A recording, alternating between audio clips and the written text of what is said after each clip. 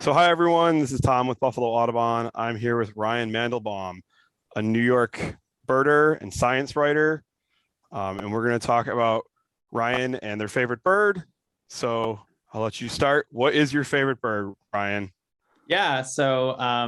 My favorite bird is the red crossbill, which for those who haven't encountered red crossbill, it is a small finch famous for its crossed bill and its conifer loving behavior and its nomadic lifestyle. So I guess, Tom, you can ask me questions about that and stuff. So, how did it become your favorite bird? So It's this hard. is going to, Sorry, it's hard to pick one. We go through this. I didn't mean to interrupt. I'm sorry. There's the Zoom delay, but we go through this with everyone. It's hard to pick your favorite because there's so many that we like, and sometimes you just have to say, okay, I'm going to pick a favorite bird, and it's this one. So, was it like that, or? I don't know, it's just been my favorite bird since I started birding. So I started birding around maybe 5 or 6 years ago now. I started just kind of casually. I really only liked sort of the long-legged wading birds like herons and egrets, and I would actually go and try and go see them. But then when my spouse moved to New York, we took on birding as our couple's hobby, and then I just caught the bug. But the reason that I like the red crossbill is even before I was a birder, so maybe like 2015, 2016, I saw a picture of this bird and it looks exactly like a character from a webcomic, like a Flash animation site that I liked called Homestar Runner, which I think a lot of birders who are sort of in their 30s and maybe early 40s would remember. And the character is Hamsar. He's like a Easter egg character that you only get if you click the screen at the right time. And he shows up and he's like a really weird character who speaks in word salads and has a big underbite. And like I encourage everybody to Google him because he like looks just like he's similarly like beady-eyed, underbite. And that was my favorite character for Homestar Runner. And so immediately I just like caught the bug and I was like, oh, crossbills look like this guy. I love crossbills. Except then as I started reading about them, I was like, oh, crossbills are like incredibly interesting. Like they're not just this like cute finch with like, that they show up and it's like, oh, they have a crossbill. It's like, I don't know how much, the Audubon folks know about crossbills, but they just have this like incredible biology. And I don't know if you wanted me to get even deeper into that, but I could talk about crossbills for like a long time. Go for it. Yeah. So I think the thing that I think that once you start learning about crossbills, you realize that most of them specialize in like a key conifer tree, especially out in the West. So they're broken into these what we call types. It's kind of like the same idea as a subspecies, but rather than being told apart by various physical features, we tell them apart by the sound they make when they fly over. It's sort of this like kip kip kip kip kip, that kind of sound. And then so each of these call types specializes in like kind of doesn't really specialize in, but has main conifer that they like: lodgepole pine, western hemlock, ponderosa pine. And their bills have actually seemed to have specialized based on which of these conifers they like the most. So that's the story in the West. We actually also have crossbills in the East, especially in really the pine heavy regions like sort of the central New York area. We have a lot of crossbills. We also have them up in the Adirondacks. And then if you go way up into the boreal forest, you'll see crossbills more commonly. In the Adirondacks, we have what we call the type 10 crossbill. And then in the central New York region, we have what you call the type 1 Appalachian crossbill. I just think that it's like so interesting that there's this bird that you could really like know its whole story. It already has this like awesome evolutionary story of this like evolving to best specialize on this tree. The crossbill is specifically to pluck the seeds out of closed pine cones and spruce cones. And then they're just like cute, fun. They clamber around the cones like parrots, and usually they're pretty. They're not very skittish. So if you see a flock of crossbills, they'll often let you get pretty close and kind of take pictures of them. And it hasn't worn off. Every time I plan a trip to the Adirondacks basically every year so I could go see them. And then just this past summer, I was with my friend Matt Young, who I think many people have heard of because he's the one you send crossbill recordings to. And he and I went to try and go document breeding behavior of red crossbill in like the Cortland area. So Pharsalia Woods State Forest, I think it's called. And we got them singing. We didn't see any like, mating or courtship, but we definitely had a couple singing birds, which was super cool. So yeah, I think crossbills are amazing. Wow. That was great.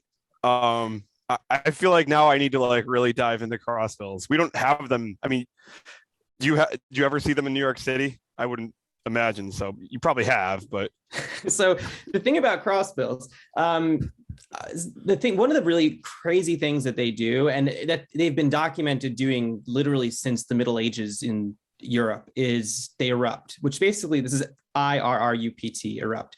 And so what this means is I feel like erupt with an E could also work too, because it's just like they're all over all of a sudden. It does feel like that, definitely. But basically if they run out of the cones, often they'll know, okay, well, if there's no white spruce cone, well, then I can go see if there's white pine. I can see if there's red pine, Norway spruce.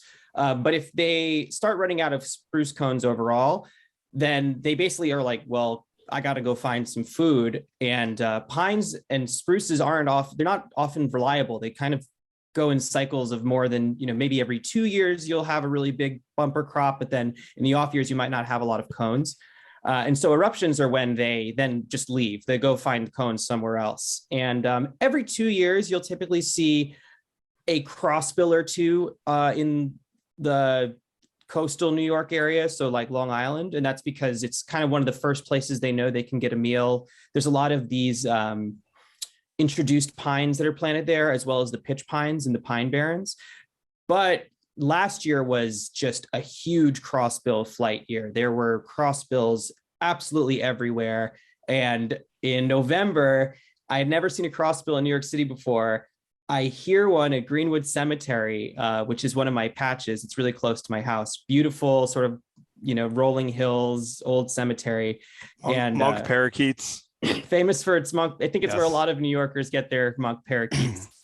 And I had crossbills in a white pine, and it was just amazing. And then later that winter, so this was winter 2021, they were just in eating pines in these introduced pine stands at Floyd Bennett Field, which is another really awesome park here in Brooklyn. And basically every time I went to Floyd Bennett Field, I could get up close, views of these birds eating the pine cones, heading down into drink the water. They need to eat grit in order to grind up the seeds. So they were eating grit on the side of the road, and just really able to enjoy them, which was absolutely awesome. And I'm going up to the Adirondacks next week to go see them again. So that's great.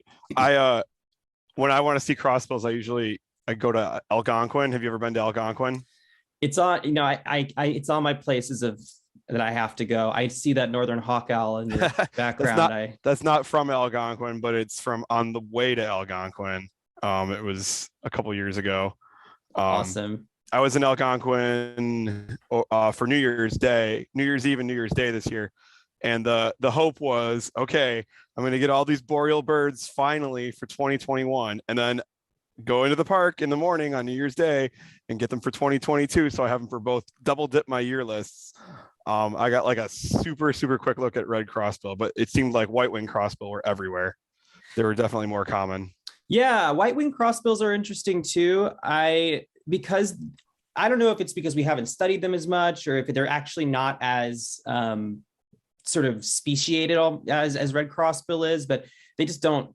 A lot of people like white wings better because they're pinker and they have the white wing bars, but red crossbills have always been sort of my darlings. But then I will say that this year has actually been quite good for white wings in the boreal. So if folks are watching this and haven't gotten a chance yet, definitely head up to the Adirondacks or to Maine or to Algonquin if you can get into Canada. I mean, the white wings have really been everywhere. I was in Minnesota for a funeral a couple of months ago, and there were white wing crossbills at the cemetery. I mean, it was a sad funeral, but it was also it was a heartwarming thing because the guy his wife was a bird watcher. So everybody was just really happy, excited to see these birds.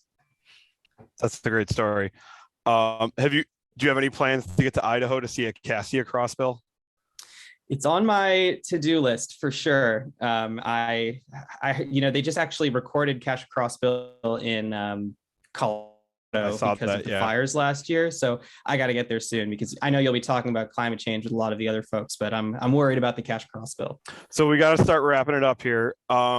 You you have plans. You said someday to get to Niagara. If you come into the Niagara River, what is the bird you want to see in the Niagara River the most? So I am also a guller, which Niagara, there's really no better place for gulls in the east than Niagara. And so I am kind of torn between little gull, which is like a dream gull of mine, and also slatyback gull, just because I think they're really cool. But I think I'm gonna go little gull is the one I want. There And then is there's a spot that's guaranteed. So if you're heading up, if you can't make it for the Birds on the Niagara Festival, let me know. I'll take you right to Lewiston, and awesome. you'll see 4 or 5 little gulls hopefully. And then before we get going, I did just want to say I'm wearing my favorite slippers today that my spouse got me, and they're crossbills. Awesome.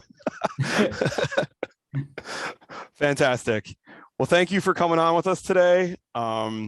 We have coming up February 10th, 11th, and 12th, the Birds on the Niagara Festival. So we'll have these recordings up leading up to that. Look for us.